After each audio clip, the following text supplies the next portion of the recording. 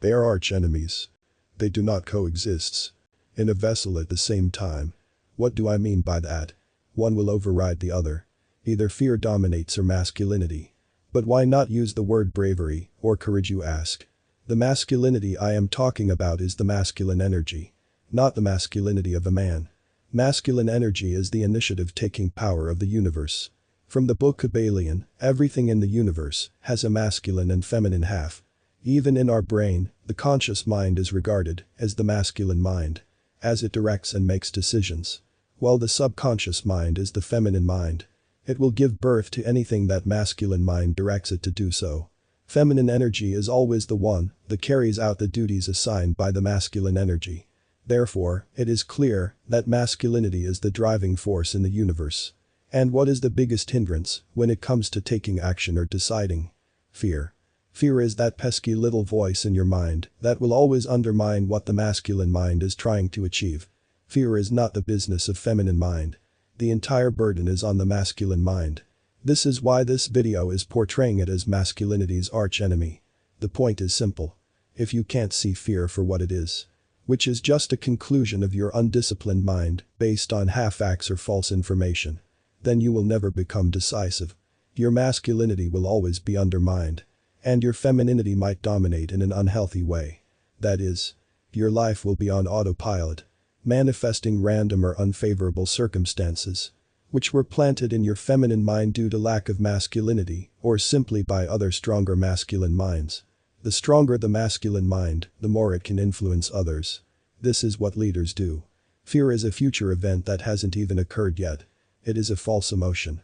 The tightness that you feel in your body is in anticipation of something that may never happen. It clouds your judgment and chops masculinity from the knees. See fear. Do not fear it, but see it for what it is. It is an imposter. It has no real substance. It is a shadow trying to look legit. Analyze all your past moments where you felt fear strongly. And realize how many times did that fear actually came to pass. Not to mention that we are powerful creators. That is, we can make a fear real simply by giving it all of our attention. So, if a fear came to pass, it was your undivided attention that gave a mere shadow life. But don't condemn yourself. Just see it for what it is. It's a con artist in a cop uniform. The more you see it for what it is, the less it has grip on you. Facing your fears does not mean that you must jump in front of a lion. It is about doing it in your mind. By seeing past the facade and seeing the pesky mouse behind the lion costume. Real danger is much different than the psychological fear that is plaguing us in this era. A war or a lion in your face is real fear. And it prompts you to action. But even in that situation, you can conquer fear and see it for what it is. And make better decisions.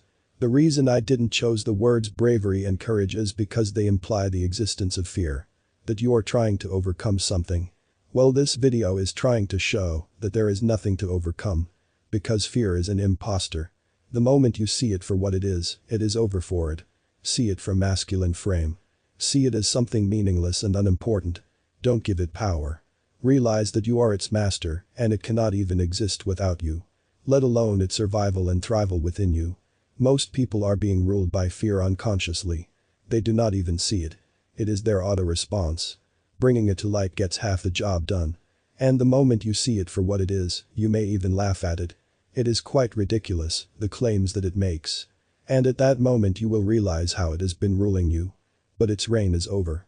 And you ascend into your rightful place as the ruler of your life. It is not about becoming fearless. It is about becoming its master.